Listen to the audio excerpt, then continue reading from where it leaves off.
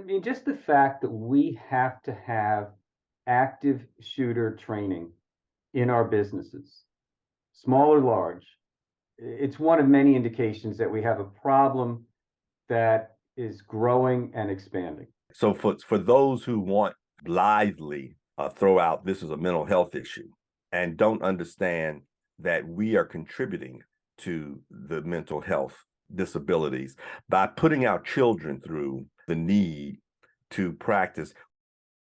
Do you remember fear you had when you were practicing duck and cover? Yeah, I remember the 60s when we were all worried about the Cold War and getting underneath the table or sitting out in the hallway because there were no windows out in the hallway. So yes, I remember that. We didn't have the tornado warnings in the Northeast, but we had the bomb shelter in the bottom of the school. That's exactly what I'm talking about. Yeah, yeah. Right? I remember the fear of trusting Kennedy and Khrushchev not to drop the bomb. I also remember as a child saying, why am I crawling under this desk if a bomb goes off 20 miles from here? Even as a child, I knew that that was a useless maneuver.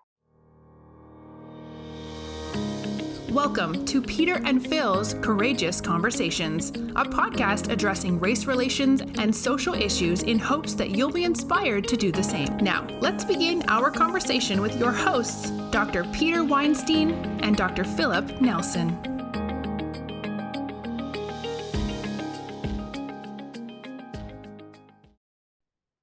Dr. Nelson, it has been a long time. Good to see you again. Lots of things to talk about. Welcome back. Welcome, whatever it is. It's just been too long. Has been a long time, but that's because of our schedules. And I'm glad to see you, my friend. Before we get into this episode, could we stop for a moment of silence for the children in Nashville? Thank you. And I also want to thank Nationwide for its support of our Courageous Conversations, particularly the one that I think we're about to have now. Absolutely. Thank you, Nationwide. And thank you, Phil, for bringing the issues in Nashville up. And I think it's a great area to start today's Courageous Conversation. One more opportunity to mourn the loss of children who should have been able to go to school and come home. One more opportunity to be frustrated about our apparent incapability to respond as a rational civilization to an American syndrome that appears to be promulgated by our obsessive defense of a constitutional amendment and our chronic refusal to accept the role of mental illness and social disparities. Just like any other issue that we've discussed before, these children died from a complex interaction of a number of failures of our society.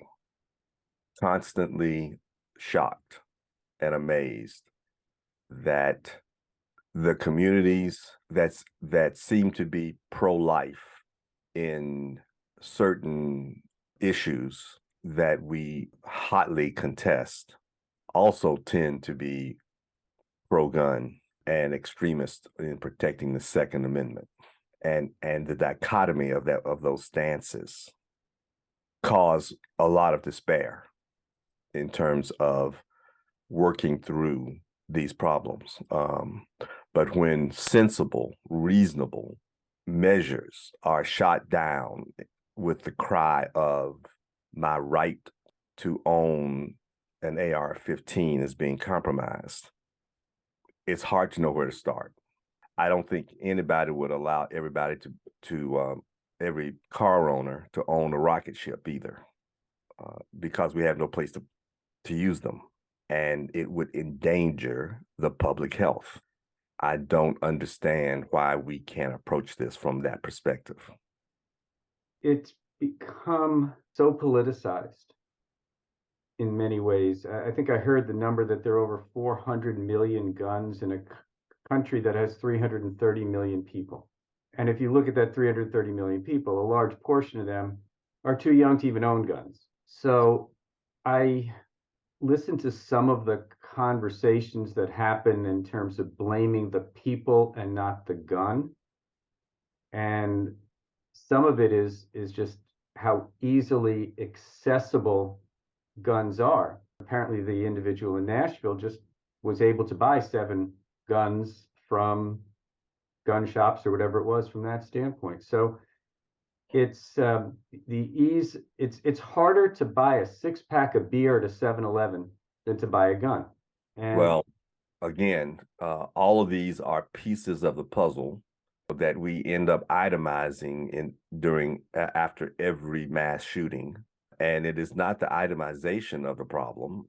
People want to finger point that this happened in one of the wildest environments of gun owning, in that there are no red laws in Tennessee. As a matter of fact, they're considering pushing the age down for legal ownership to 18. I'm sure the argument is if they can be drafted at 18, they ought to be able to own a gun at 18.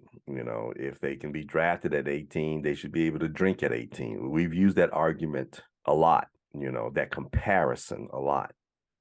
I can't imagine giving an 18-year-old in college a gun and a beer, and then watching that person navigate through a breakup, an emotional breakup, and having a society where those who don't handle it well. I get lost in the argument when we want to focus on the gun or focus on the person. Frankly, I think those that focus on the person are being disingenuous, because those who focus on the person usually say this is a mental health issue, but then they do nothing for mental health. it is so multifactorial, but That's it's much easier to choose one factor and blame it than to look at all of the interdigitations that occur in this, between the gun, between the ammunition, between the person, between all of the different things that go into the final outcome, that we focus on what we want to focus on at the time, and it will change from event to event. Yes, absolutely. And there are no laws.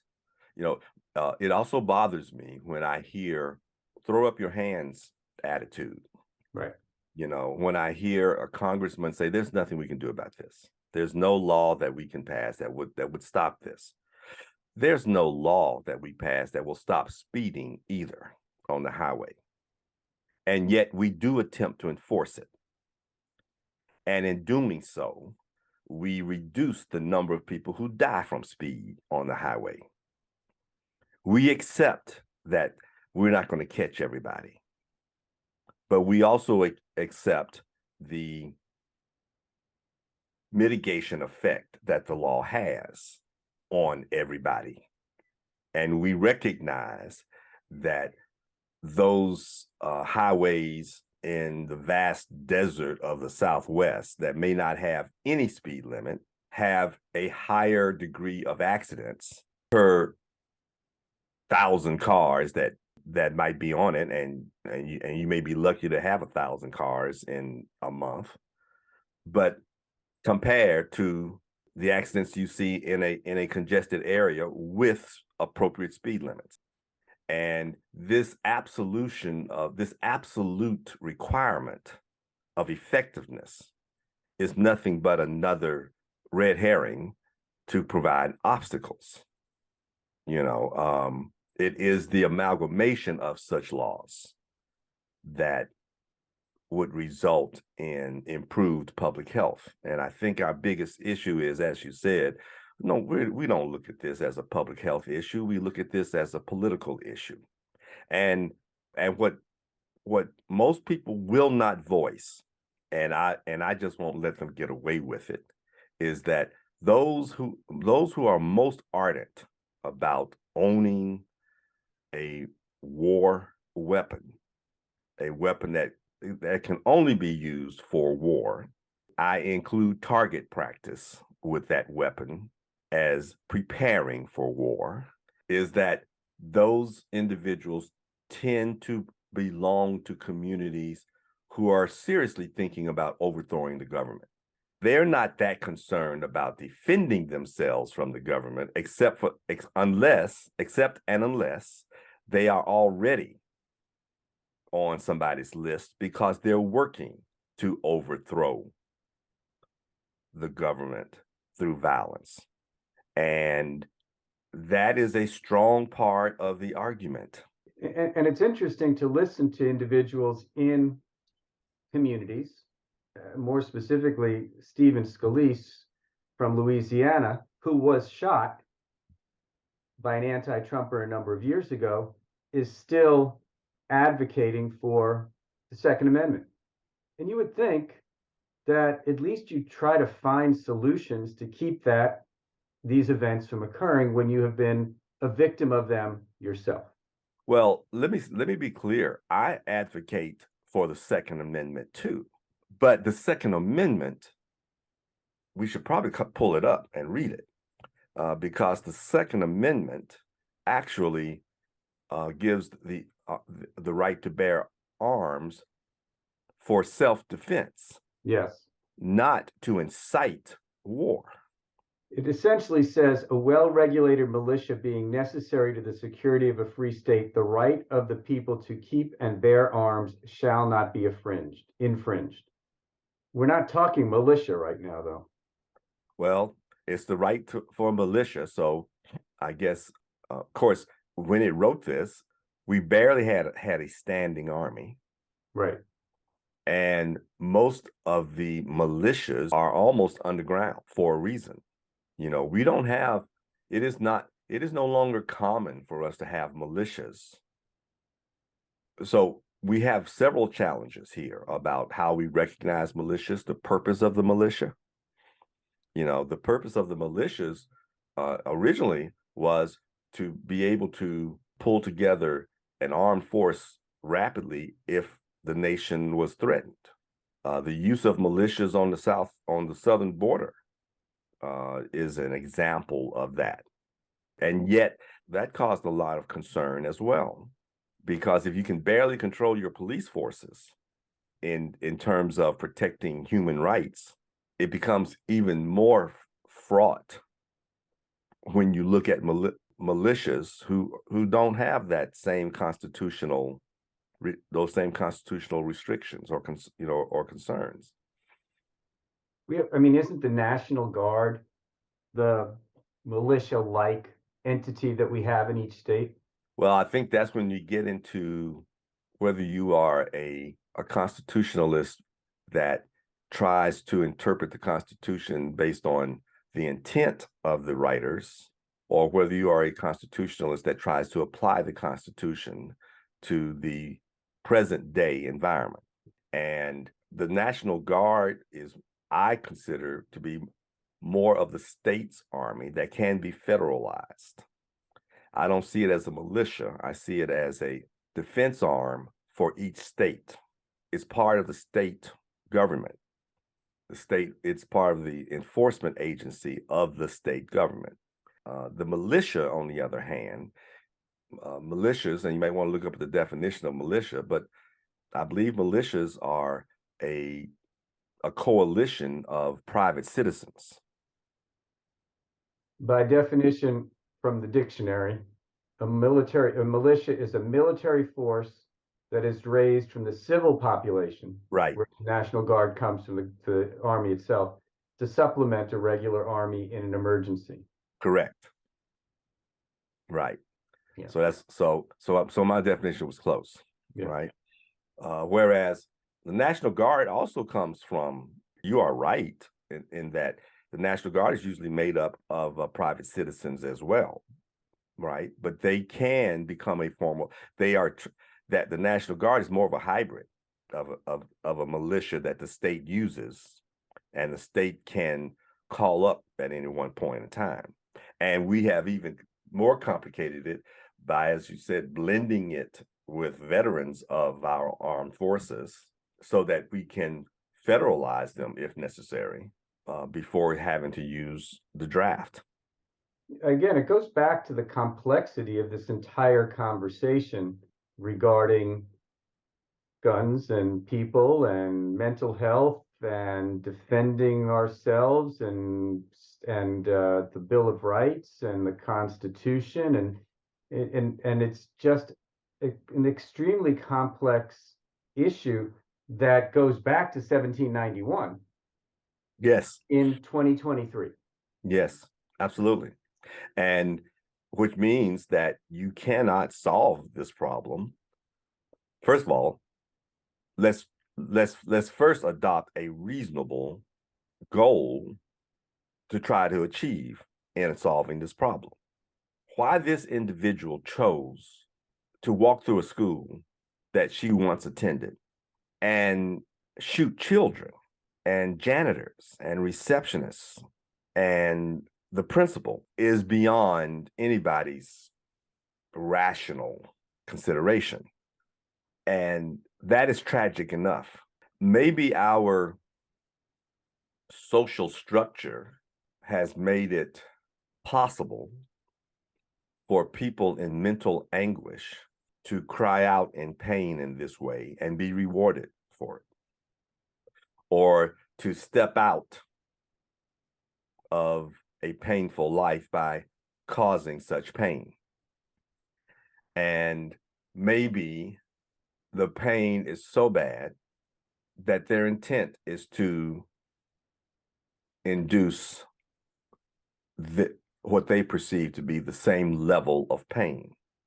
But that's as far as I can go in trying to be empathetic. It does show, however, when people cry mental health, that this is a mental health issue. And I'm going to avoid naming some of the ones that I've heard use it as the problem, who've never offered any serious discussions or solutions to that problem. It just becomes a term of distraction in this discussion. It is as feckless for some who use the term in this discussion as those who use the term rehabilitation in the penal system. The comment and the statement about shootings in schools. Columbine was 1999. That was the first one I can remember, but it wasn't the first one, because if you go and Google school shootings, I mean, throughout the 90s, there were hundreds of deaths in school shootings in the United States. It just seems that it has escalated, or maybe it's because of the 24-hour news cycle. We are now even more aware of everything that goes on when it happens live. I don't think it's I think the 24-hour news cycle might make it attractive for more and more people to try to become infamous, but I don't think if this had happened, if Columbine had happened in the mid-60s, it would have been on the news. Right. And whether we got it 6 hours after it happened or the next day, it still would have been on the news, and it still would have been just as impactful as it was when it hit. And I don't know if Columbine was the first. I know it is credited as being the first. It would be nice to know if we had. I know we had several in the 90s, but I'm not so sure we had several before Columbine, because it was so unusual at the time. This is our version of car bombing.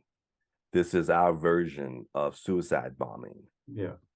This is, for me, this is no different than what's going on in Syria and Israel, in that our grievances are being expressed, mass deaths or suicide by mass killings. And I think it's been exacerbated by the semi-automatic weapons that have developed over time as well. Absolutely. Well, let's just put it that. Yes, you can cause a lot more harm in a lot less time. Right. But a person who walks in with a shotgun can have as many, they can shoot 12 shots and then reload.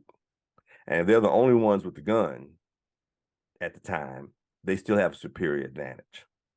And so for me, this isn't about the armament necessarily, although I don't understand why universal background checks. I don't understand what that has to do with the type of gun you have. We teach our kids how to drive. I don't understand why we don't require that we teach our kids how to handle a gun either, too. There's a reason why we teach our kids how to drive. And that's not to say that people who own guns are not responsible gun owners, and that they do take safety classes, just as our kids who are taught how to drive and have to get a driver's license still speed. They still die from carelessness behind the wheel. It's not going to stop it, but it does reduce it. We don't need a national experiment to show that if you didn't require a license and insurance, that anybody who wanted to buy a car and drive a car could, without any minimum competency in being able to drive. We don't need a national experiment to show that all of a sudden there'd be an uptick in accidents, and that uptick would be caused by those people. So that's why it is disheartening to hear the imbecilic arguments against reasonable public health protections. The outcomes of a lot of these mass shootings are that the shooters themselves either turn the guns on themselves or are shot during the incident. What it does mean is that we don't always get the information, the mindset, the story behind the story. And I'm not sure whether there would ever be a consistent messaging amongst shooters in Columbine, shooters in Sandy Hook, shooters in Nashville, but it does make it a lot harder to do the research if you're looking for some sort of consistency in the mindset of the shooters. Once again, it would take an inordinate number to even determine whether there was consistency, which right. I don't ever want to see. Right. You try to piece together a story secondhand. Well, as you said before, even if you did piece together a story, I understand this young lady wrote a manifesto, and I'm sure someday a psychologist will explain what this young lady felt and why she felt she had to do what she did. But as you said, I'm sure that whatever it is, it will be different than the person who did Columbine, and it'll be different than the person who did Sandy Hook, and it'll be different from the person who went into the church. Right. Or the people who are going into the synagogues, or the person who went up in Monterey in LA and went into the dance studio. I'm not saying that analysis isn't important, but it's not important to it. It is loosely relevant to the tools that we have available to us now, to whether we use those tools or not. I think it's, again, as I said earlier, so multifactorial that it warrants its own group of people studying it to come up and work out some answers and come up with, task forces or committees or whatever it is. Just so many different people from so many different backgrounds and areas need to come together and look to find some solutions that everybody can agree upon. Oh, wait a second. I said everybody can agree upon. Well, there's a goal. Once again, I think your goal is too Cinderella-ish. I can't say it. Everybody doesn't agree on everything in a democracy. Right. No. Once again, we're asking for perfection when what we really want is determined and improvement. Well, let's take a step towards that. Any step. I think that's what I'm saying. Yeah. Any step. And I don't think it takes a whole lot of studying or task force to take those steps. I understand what the fact that it's multifactorial does not require a study. The fact that it's multifactorial says that you have to eat the elephant one bite at a time. Well, how do we take the politics out of it? Because that's really the barrier. You can't take the politics out of it, and that's been a basis of our discussions for the last 3 years. Yeah. Politics is in everything. Now, you can take the heat out of the politics, but you can't take the politics out of it. And if somebody feels that even discussing the possibility of increasing regulations is a threat to my ownership of a gun, then we need to understand the passion behind that gun, behind the need for that type of ownership. I mean, just the fact that we have to have active shooter training in our businesses, small or large, it's one of many indications that we have a problem that is growing and expanding. So for those who want blithely throw out this is a mental health issue and don't understand that we are contributing to the mental health disabilities by putting our children through the need to practice. Do you remember fear you had when you were practicing duck and cover? Yeah, I remember the 60s when we were all worried about the Cold War and getting underneath the table or sitting out in the hallway because there were no windows out in the hallway. So yes, I remember that. We didn't have the tornado warnings in the Northeast, but we had the bomb shelter in the bottom of the school. That's exactly what I'm talking about. Yeah, yeah. Right? I remember the fear of trusting Kennedy and Khrushchev not to drop the bomb. I also remember as a child saying, why am I crawling under this desk if a bomb goes off 20 miles from here? Even as a child, I knew that that was a useless maneuver. Even as a child, I understood the physics of an atom bomb. And all you did was remind me of the danger that may not have even been likely. I don't know in retro, but it had to have a psychological impact on us. And that was a distant danger, as opposed to the real danger that I can't protect my child in elementary school from someone walking through because they have a burr up their saddle and they could easily get their parents' gun to settle the score and shoot anybody else they don't feel good about.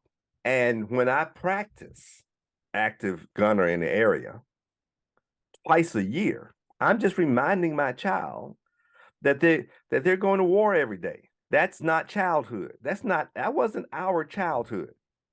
And so why would we not think that there would be a subsequent cost to that? Why don't we understand that we're contributing to our mental disabilities in trying to protect their physical lives because we can't get it together? I personally don't believe the answer is to put an armed policeman in every school. I don't believe that's the answer either. Metal detectors too. You know, can you imagine trying to get 600 kids through metal detectors? And well, they've had metal. Believe it or not, I got news for you. They've had metal detectors in schools for more than 2 decades. That's already there. Yeah. They may not be in your schools, but they've been in Chicago and New York for a while. It's been a minute. Right. Imagine the tension you have every time you walk through TSA to get on an airplane. And imagine the subtle tension you have after you get through TSA and get on the plane. And our children live with that tension every day, just going to school. Now, again, that's our society. We have the same tension now when we go out to shop or go to a restaurant because we know what could happen. But we don't walk through metal detectors to get into Sears or TJ Maxx. We have metal detectors to leave. That's a totally different issue, though. So I do get that people don't think third and fourth order downstream of their actions, but there are a lot of reasons why I don't want to put armed police in the schools. First of all, particularly in schools of disparate communities, it just increases the chances of creating police record for the children in that school because everything gets elevated to a civil defense, a civil disobedience, rather than emotional development.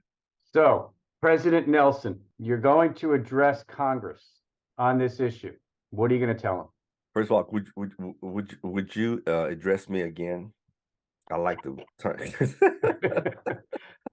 President Nelson, ladies and gentlemen, President Philip Nelson. I would tell them it's time to start working for the children. It's time to start balancing our rights in lieu of the next generation of citizens. It's time to start correcting our natural environments, and it's time to start letting schools be schools. And maybe we can create safe zones around the schools rather than harden the schools. It's time to let our children be children so that they can be the best adults they can become. And that means that it is time for us to accept appropriate mitigations of our constitutional rights. Nobody's arguing about that. But we have to stop letting extremists define our problems.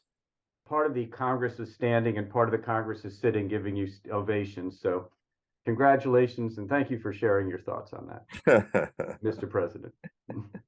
And if we start with the kids, maybe we can start to make changes that impact the other places where shootings occur, whether it's a college campus or a dance studio or wherever the case may be.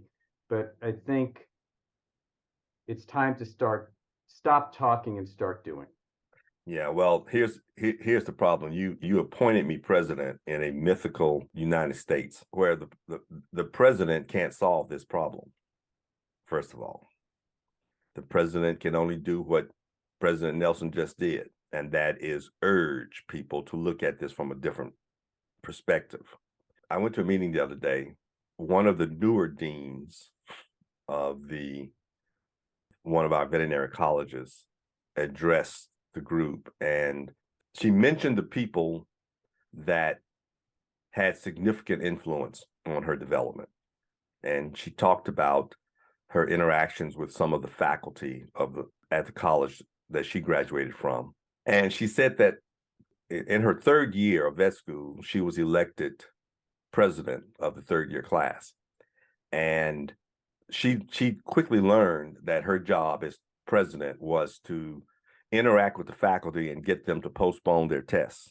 That her classmates were always asking her to see if we can put off this test for another week or so. And she went to one of the surgery faculty. They had a test coming up the next week, and she went to see if she could get it postponed for a day or two.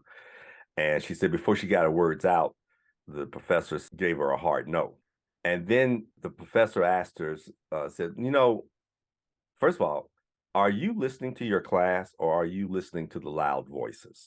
Because I don't get a sense that most of the people in your class want this test postponed. I think most of the people in your class are ready for the test. And he said, let me ask you, the dates of this test, they were in your syllabus, right? And she said, yeah. And he said, so you've known about this from the start of the semester? So no, the answer is no. And you can just tell them I said no. I can be the bad guy. Just tell them, you don't have to. You can say you came and asked, and I said no. So when she left, she went to tell her class. In the time it took for her to get her class together, she realized that she was just listening to the loud voices. She didn't know what the class wanted, and that he was probably right, and he was also right that it was in the syllabus, and she wasn't going to throw him under the bus. They just weren't going to get it postponed. I'm not saying we don't listen to the loud voices. I'm saying that we shouldn't just have a knee-jerk reaction to the loud voices. Eventually, the loud voices are silenced. Well, not necessarily. The reason I'm careful about saying that, because there was a time during the civil rights movement that we were the loud voices, and we were screaming against a society that didn't want change. There is a role for the squeaky wheel. I'm suggesting that there will be a change in the voice over time. If it's right. Yes. If it's right. You don't always follow the loud voices. And sometimes the loud voices don't stop. Well, and sometimes those voices in your head are what's driving you crazy, and that's a whole nother discussion. Oh, yeah. Okay. Now we get to there's a transition to mental health. No, I don't want. I don't want to use that transition here. That's an inappropriate one, I think. I concur. I mean, sometimes the squeaky wheel is the one who gets the attention, but I think there are some ways from a grassroots standpoint to make changes, to look at solutions, and to modify where we are and set some new directions. I think we've talked about one issue here, but there's a whole lot of other issues that warrant changing the direction from a global standpoint. And I think gun control and the issue of shootings in schools is forefront, but there's a lot of other issues that we as a society, an American society, need to look at and start to make changes for the betterment of everybody. Thank Nationwide for hosting us, for their support in this podcast and all the challenges and discussions that Phil and I have been having for a couple of years. So thank you, Nationwide, and thanks to all our listeners. Love to hear your thoughts on this topic. It is one that the veterinary profession is not immune to. There are issues of guns and people walking into veterinary practices with them. But when it comes to our kids, we really need to think about solutions so that we can send our kids to schools and not worry about what's going to happen, and that we'll be able to pick them up at the end of the day. It is one of those courageous conversations that I believe this country is going to be forced to face. And it would be nice if we could diminish the volume of voices so that we could discuss it.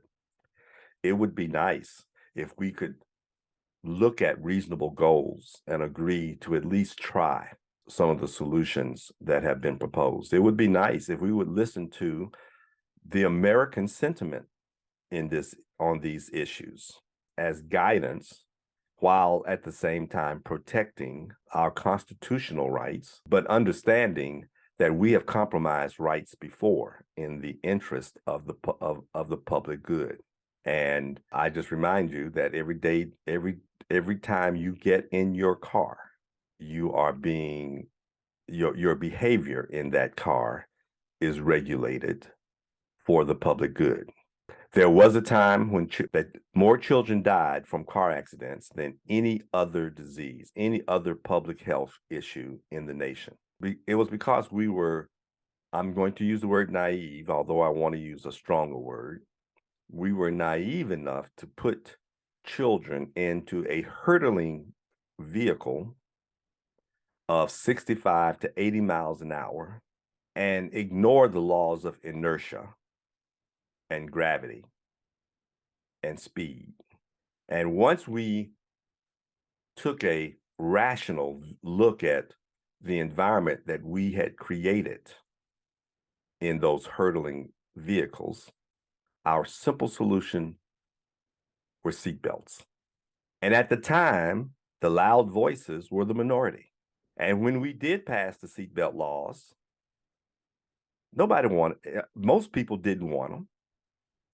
And it didn't really have an impact on mortality rates in accidents until we began to enforce those seatbelt laws.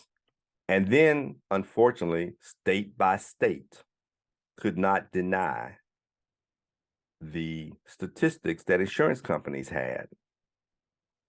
And that's why our seatbelt laws are almost universal now. I just hope we don't have to lose as many children to gun violence as we did to vehicular accidents before we get it right. Thank you, Phil. Thank you, Peter.